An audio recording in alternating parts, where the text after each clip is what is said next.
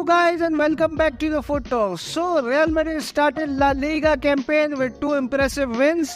First against Athletic Bilbao and second against Almeria 3-1. लेकिन दो game जीतने के बावजूद भी इन दोनों गेम्स में इतने ज़्यादा टॉकिंग पॉइंट्स हैं और जो चीज़ें मैंने ऑब्जर्व की मेरे ख्याल से उनको एड्रेस करना बहुत ज़रूरी है. सो विदाउट वेस्टिंग टाइम चलते हैं वीडियो की तरफ. उससे पहले अगर आपने चैनल को सब्सक्राइब नहीं किया हुआ तो please do consider subscribing and please like the video. So let's get start into the video. और अगर मैं अल्मेरिया की गेम की बात करूं तो अरिबास स्कोर द फर्स्ट गोल. और हमारा जो एक कर्स रहा है कि हम हमेशा से ही अपने एक्स प्लेयर के अगेंस्ट गोल कंसीड करते हैं और वो कर्स बरकरार रहा. So Arribas scored that goal and to be honest I am so happy for अरिबास.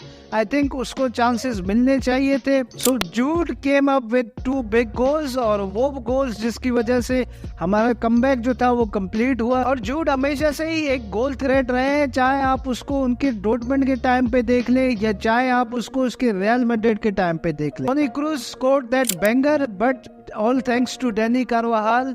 उनके फाउल की वजह से वो गोल डिसअलाउ. और जितना मैंने रियल मैड्रिड के गेम्स देखे हैं, चाहे वो प्री सीजन की बात कर लें या चाहे जो ला लीगा के अब 2 गेम्स हुए उनकी बात कर लें, देखिए सीधी सी बात है इस टीम का स्ट्राइकर के बगैर गुजारा नहीं है.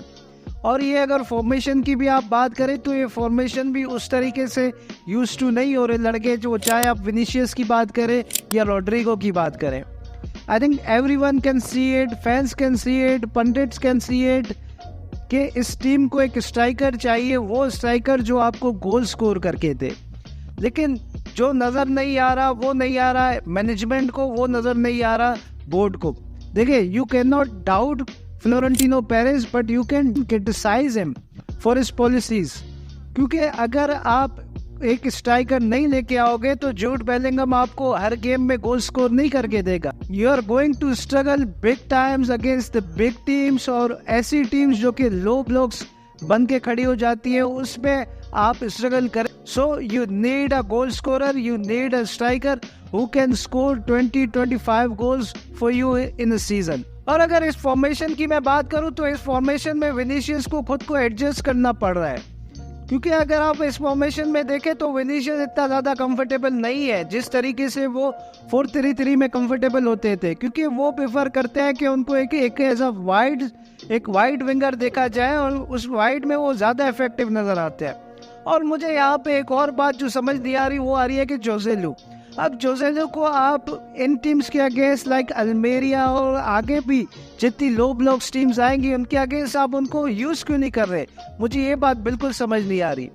आप तो यहाँ पे शुक्र करें कि जूड बेलिंगम ने आपको गोल स्कोर करते दे दिए, लेकिन अगर वो गोल स्कोर नहीं करते तो you would have a lot of problems. क्योंकि आपको गोल स्कोरिंग में मसले हो रहे हैं. आप जोसेलू को एज अ नंबर 9 स्टार्ट करवा सकते हैं टीम्स लाइक अल्मेरिया और ऐसी टीम्स के अगेंस्ट जो कि लो ब्लॉक्स खेलती हैं.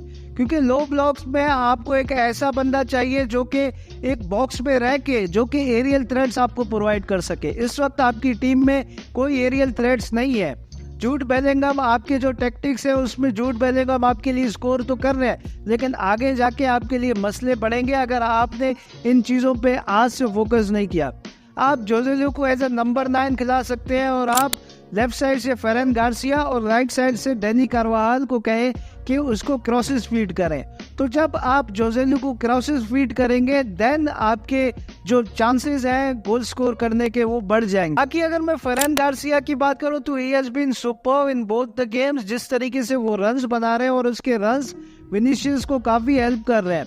लेकिन मैंने कुछ ऐसे मौक़ों पे देखा है कि विनीशियस उसको समटाइम्स इग्नोर कर रहे हैं और ये चीज़ मेरे ख्याल से इस पे काम करने की ज़रूरत है. और अगर मैं डैनी कार्वाहाल की बात करूं तो in both the games Dani Carvajal has been superb. Apart from that mistake जो उन्होंने किया, जो क्रूज का गोल जो था वो डिसअलाउ हुआ, उसके अलावा दोनों गेम्स में Dani Carvajal has been superb for me. और सिंपल सी बात है, I think Real Madrid needs a striker और रियल मैड्रिड को स्ट्राइकर के लिए जाना चाहिए. एम्बापे नहीं आ रहा तो we should go for someone else. Frustration यहाँ पे ये नहीं है कि एम्बापे नहीं आ रहा, फ्रस्ट्रेशन यहाँ पे ये है कि अगर एम्बापे नहीं आ रहा तो हमारी बोर्ड रियल मैड्रिड क्या कर रही है. क्योंकि अगर आप देखें 2021 में शायद हमें एम्बापे की ज़्यादा ज़रूरत थी. क्योंकि उस वक्त अगर आप देखें तो विनीशियस, रॉड्रिगो दोनों नंबर्स प्रोड्यूस नहीं कर रहे थे, लेकिन इस वक्त वो हर सीजन में नंबर्स प्रोड्यूस कर रहे हैं। अब मैं ऐसा नहीं कह रहा कि एम्बापे की हमें ज़रूरत नहीं है, वो आते हैं तो हमारी टीम में क्वालिटी बढ़ती है, क्वालिटी बढ़ेगी मैं कहूँगा। लेकिन अगर वो नहीं आते तो it's not a big deal, we should go for someone else.